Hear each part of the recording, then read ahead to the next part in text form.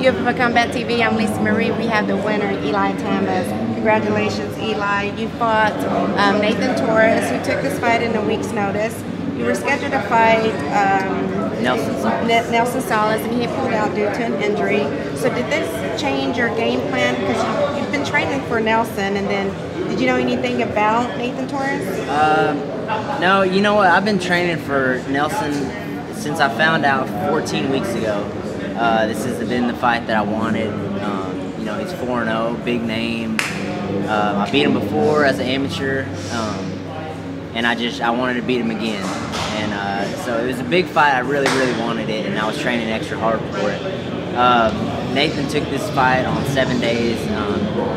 Mad props to him, because not a lot of people do that. I mean, I was 4-0, so I mean. And he was 1-0. He was 1-0. Somebody's yeah. O had to go, and it wasn't yours. Yeah. So let's talk about Nathan. Nathan seemed more like a jiu-jitsu guy. I mean, he had some good ground game. So let's talk about the first round, because in the first round it seemed like he was trying to get the guillotine. He didn't quite have it. There was a lot of reversals and stuff. How do you think the first round went?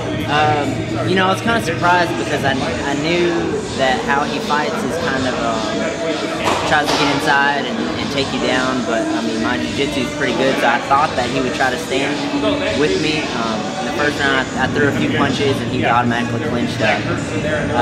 When I went to take him down, I kind of slammed him down, and I didn't know that the mat was real bouncy. And so he had a guillotine, and I moved him to side control automatically in the air.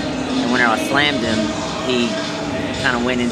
I went into his guard, and so he had the guillotine. It was kind of tight, but I just fought through it, and I know he gave that everything he had, and he was gassed after that. Well, let's start going into the second round. Well, there wasn't a second round, because he wasn't able to continue because he pulled his shoulder, so that automatically gave you a TKO. Right. What do you think about, you know, when somebody can't continue? Do you feel like I'm still victorious no matter what, or you're like, man, this is not how I wanted to win? I mean, it's definitely not how I wanted to win. I kind of wanted to go into the second and third round. I didn't want to win really fast. I knew he wasn't going to be in great shape, so I kind of wanted to make it last a little longer.